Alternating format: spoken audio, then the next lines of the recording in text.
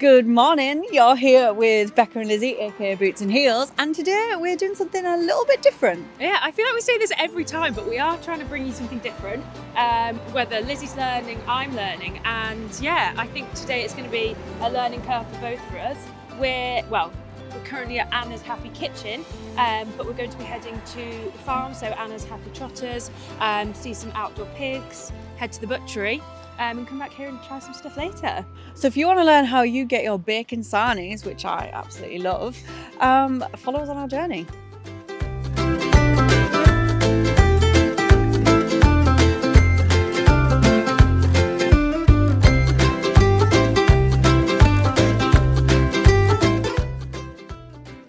Yeah, it's not the easiest thing rounding up pigs and loading them onto a wagon from, like, we used to do it direct from the field, and it was a massive job every Monday morning just selecting all the pigs. And because that's one thing that you do it, but the whole, almost from start to finish, the whole idea is that it's all outdoor, and that's quite rare here, isn't it, to have the full process being outdoor? Yeah, it is. I think probably only 1 to 2%, I think, well, probably less than that now, but 1% fully free range from start to finish.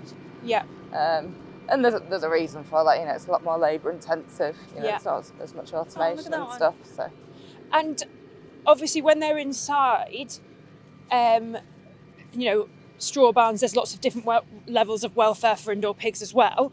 But with outdoor pigs, I assume it's a lot slower rearing process. Or is it comparable? What's the difference? It's fairly comparable. I mean, the food conversion rates, different. Obviously, it takes longer to get them. Well, as you can see, they burn more energy running around. You can't control external elements like the rain, as today, the cold. They burn more energy just purely keeping warm, really. So you mentioned that you get your wean pigs from your brother. Yeah. Have you always been in pigs, both of you? Like, were you growing up on a farm, or? We grew up, so we got pigs when we were about, I think I was 7 when Mum decided she wanted some pigs. We've grown up with it pretty much. I was always very much interested in the pigs. My brother was more the arable side of things. He liked his big machinery. And he still says now he likes crops because you put them in a field and they stay there. These guys don't. Oh, look. Are they quite well trained? Because obviously the electric fence isn't very high, so they're quite respectful of it. Because I remember I've seen some before where the wire was then taken up to obviously move it or move the pen, but they still thought that the wire was still in that line, even though it was gone, so they wouldn't cross it. Yeah. Well, funnily, when we first started doing this, before we had a stock trailer or anything, we used to have like a race to the wagon when we were loading them. So we had to get all the pigs into the tent and then take the fence down and try and get the pigs out of that fence, and they just would not go. Yeah, they wouldn't cross it. They wouldn't cross it. But then, funnily enough, when you don't have power on your fence, they soon find out and they get out. And so these ones here, how old are these? So these are 8 weeks old. Gosh. They're absolutely loving it, aren't they? Do you know what? That's the first time I've ever seen a pig wee. Just the first time ever. Take that off my bucket list. So obviously when they're outside, they have the access to obviously do their wallowing and rooting in the ground and things, which I guess when they're on straw, they can still root around, but it's not like when they're, outside, and it's kind of a very natural thing for them to be outside, isn't it? It is pretty natural, yeah, but I mean, the indoor guys do a great job as well with straw and with toys and stuff, to keep the pigs entertained. I've always said we're very lucky in this country to have so many different production systems. There's so many different levels and different types, and I think sometimes people can just try and make it a little bit too simple, as in outdoor good, inside bad, and it's just not that clear cut.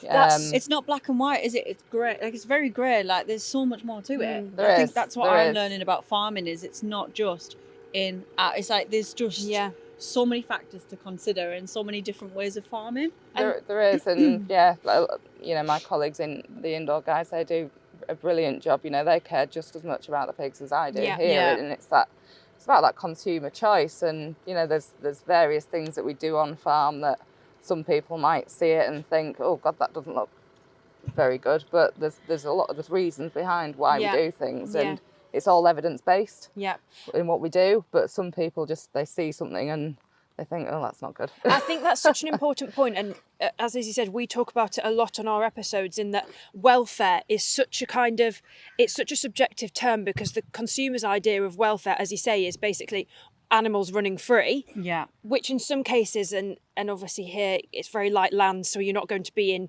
bogs 24/7, and the land recovers a bit better, etc. But there's some points when actually for us, with our sheep for example, we lamb really early, so lambing outside for us in December, January, you wouldn't do that. So it's location, it's land type, it's the kind of resources you have available, but at the end of the day everybody is still doing the best for their animals. So I think it's a really good point to make. So these 8 weeks, did you say? These are 8 weeks. So the 5-week ones are further down. Let's go then. You just want to see the little ones, or the littler you know what ones. I'm like? Because there's no grass where they are. Is that because they eat it all and then roll in it, or do you get rid of the grass before they go on it? They root it all up. So say if we were to move this batch of pigs onto that bit there, that would look like that in do you a few do days. that? Or do you just keep them here? No, they stay. So once they're in their batch, then they stay there. Yeah. Once that batch is finished, then we'll lift the whole tent up, paddock, move it onto a new site, just for biosecurity reasons. Again, if there's anything rumbling, we don't want them to pass that on to the next batch.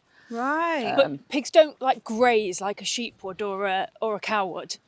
Grass isn't part of their diet, if you know what I mean. Right, okay. So they just eat what exactly? They're rooting for truffles, which they're yet to find me 14 years on. Oh, look. Oh, they're dinky. I love them. Yes, as you can see in here, they've got a training wire. So you mentioned about the electric fencing. So when they first come in, we have solid hurdles.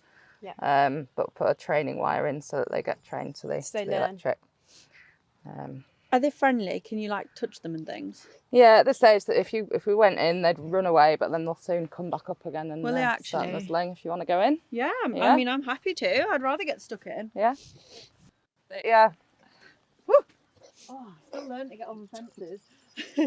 Most processors try and get the pigs in before they reach maturity. Mm-hmm. I was going to say, so it's not a case of the boars not being utilised, they're just utilised probably at an earlier age. They're supposed to be, but obviously with the backlog going on lately, then there's probably been a bit more of it about. So obviously that backlog, we'll see it quite a lot in the farming press, but if anybody hasn't kind of been up to date with what's going on, how did it, kind of the state we are now, it's slightly improving, isn't it, but there's still a big problem to deal with, isn't there? And how did it all start? There is. Initially it was lack of butchers in the large processors. So with a bit of a mix of Brexit and COVID. Yeah. A lot of the Eastern Europeans went home, so there was just a complete shortage of butchers. So they weren't able to process the contracted numbers, and pigs just got backed up, and it's been a blooming awful time. I think there's been a lot of kind of really hard hitting stories of kind of farmers who haven't been able to find butchers or kind of the next step and having to get rid of the pigs. And I think it's just awful because one, it's your business, two, you care about your livestock. It's just heartbreaking. I think one thing that sometimes as a farmer I find difficult about the culling and things like that is that actually it's not reported very well in the kind of mainstream media, and the real reasons behind why it's had to be done aren't explained. So farmers are often made out to be the bad guy in some sense, in that they're just getting rid of them because they want to make money. Well, actually they're losing money hand over fist. Yeah. It's not something that they've chosen to do. It is literally the absolute last resort. Yeah. Well, this is the most frustrating thing, and I've said all along, if we did something on farm that compromised welfare, we would be sanctioned for it. It would be thrown to the wolves, rightly so. We care about these animals. We should care. We should respect them. But these challenges have been passed down the chain through no fault of the farmer. And it's been absolutely heartbreaking, and not just not having the level of understanding from government and from retailers and from processors, just the understanding, and we want to do right by them, and wasting them is just such a disrespect, complete disrespect. I've faced challenges because, like I say, I buy pigs from my brother's family farm, and he was let down on some of his contracts for where he sells the remainder of those piglets. Yep. So I ended up taking on extra pigs onto the field. It was better than culling healthy piglets on the field, isn't it? Yeah. So I ended up with a big backlog on here, but it was better than the alternative. Yeah. So yeah, I've had to find, because in normal times, if I have a backlog, if I have an excess of pigs, then I'll try and get them into the main processors. Yeah. But because they're so heavily backlogged, I've just had to find markets all over the country and drive here, there and everywhere with 10 pigs here, 20 pigs there, and just, like I say, it's losing money. I'd lost money before I'd even got in the car, but it was making sure that, you know, it was going into the food chain. Yeah, definitely. And I think that's a really... Farmers don't want to see healthy animals just be wasted, because then what was the point of it? It's not, even then, obviously the monetary element is massive, but what's the point of doing what you're doing if the whatever product it is goes to waste at the end of it? But do you think we're on the way out of it, or do you think it's still... The signs of movement, the price is creeping up, the backlog is slowly going, but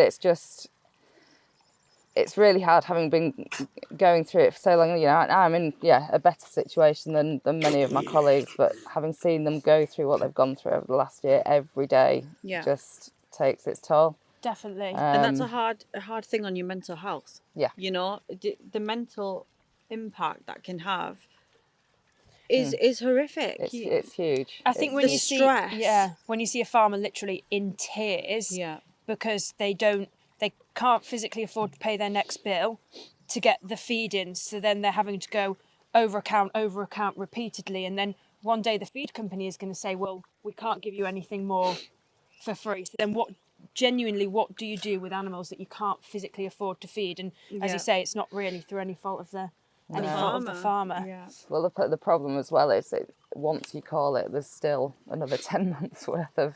So people just don't know where do you draw the line, and is it going to get better? When is it going to get better? Yeah.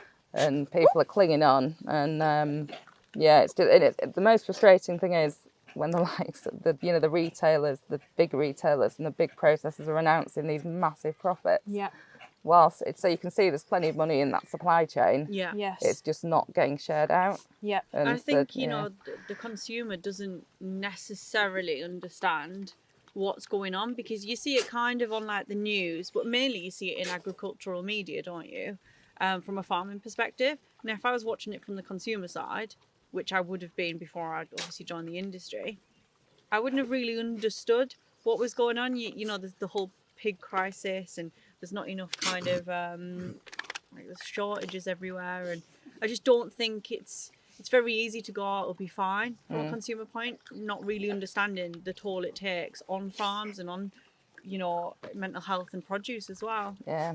Well, I think part of the problem I've been thinking for the last week or so is government don't understand either. Yeah. But I think they're scared to admit that they don't understand. Yeah. Yeah. Because there's always been this perception ever since I was a kid, that farming is just for the dingles of this world, you know, that it's shoveling the proverbial, and there's not a lot to it.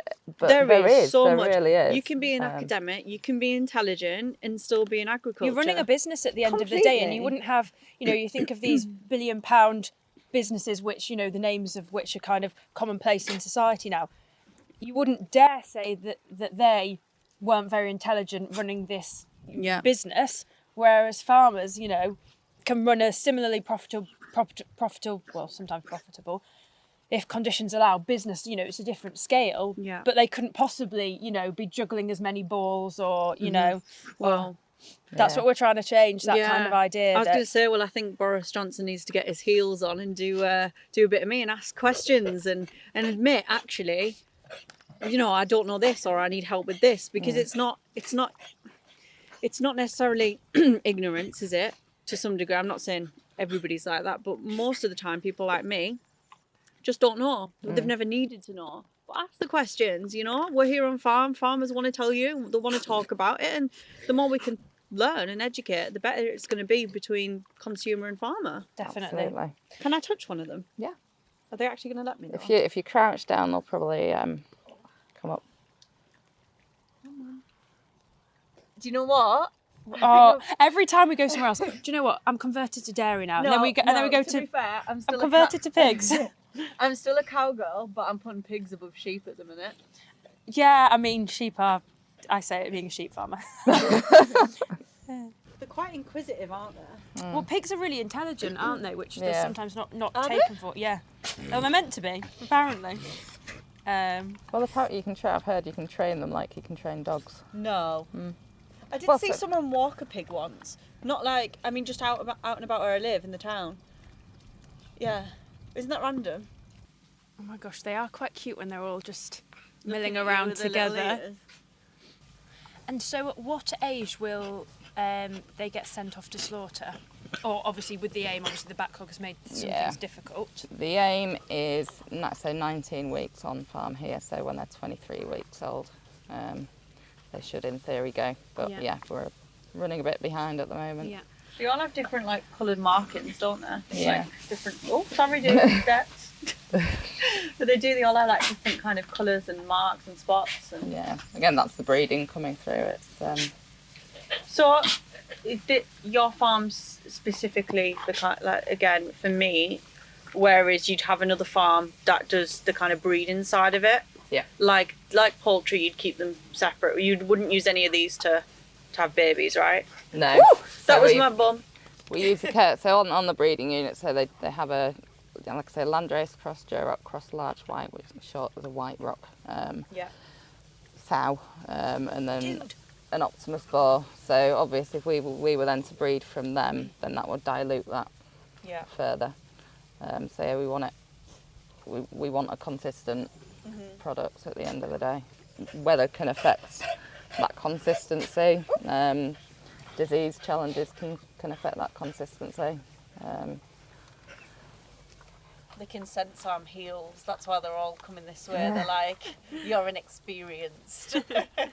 But it was really telling actually. We used to have the pigs up at Easingwold, right on the top of a hill, and then when we moved here, because it's so low down and less exposed to the elements, when we first drew pigs from here, the probes, so the back fat on them was like 24 mil, which is like double what it usually is. So it just goes to show you the outside elements, how that can affect the growth and the end product. And in terms of that, because obviously consumers, you try and make your product as appealing to consumers and exactly what they want.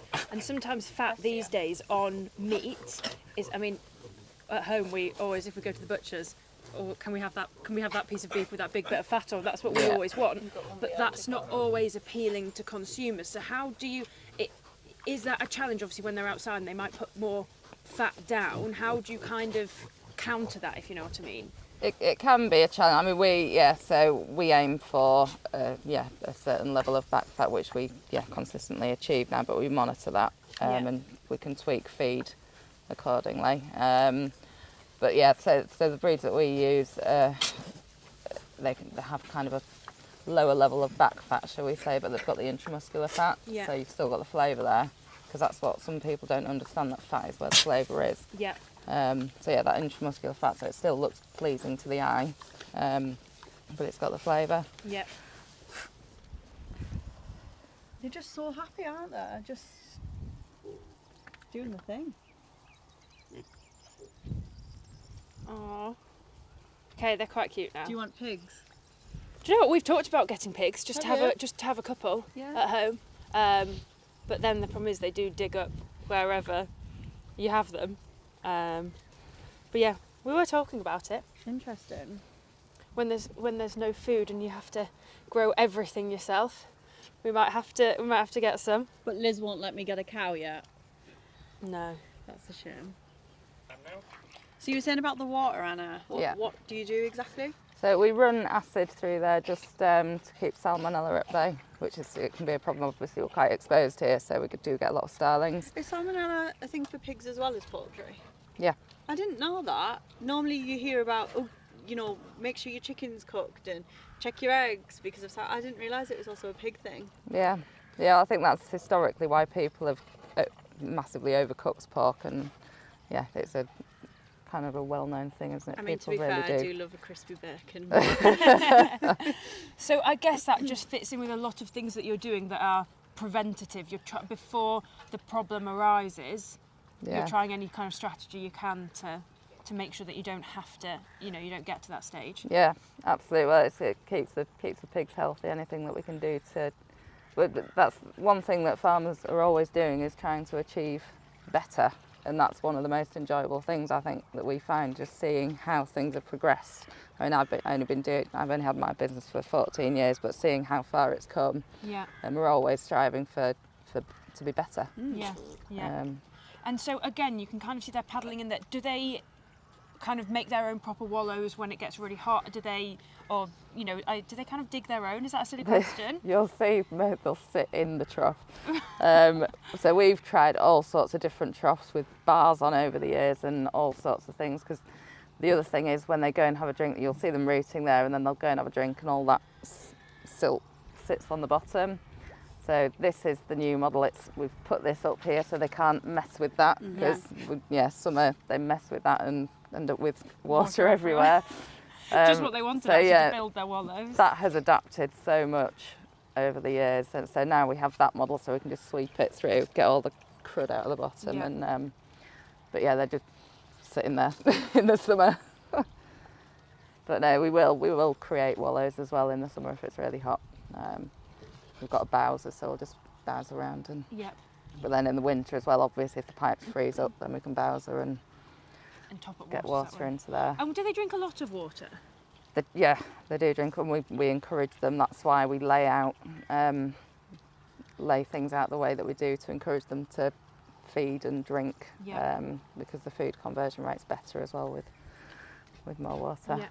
And I guess that links into, there's a lot of standards which people probably have heard of, like Red Tractor and the RSPCA, the 5 freedoms as well. And I guess that all just ties in. Everything you're doing is trying to get them to basically have the best life possible, access to everything they need. Yeah, absolutely. I mean, when they first come in, because obviously it's quite a big change from being on mum, having milk, to eating. So we'll put troughs inside as well, just to encourage them, give them as much opportunity as possible.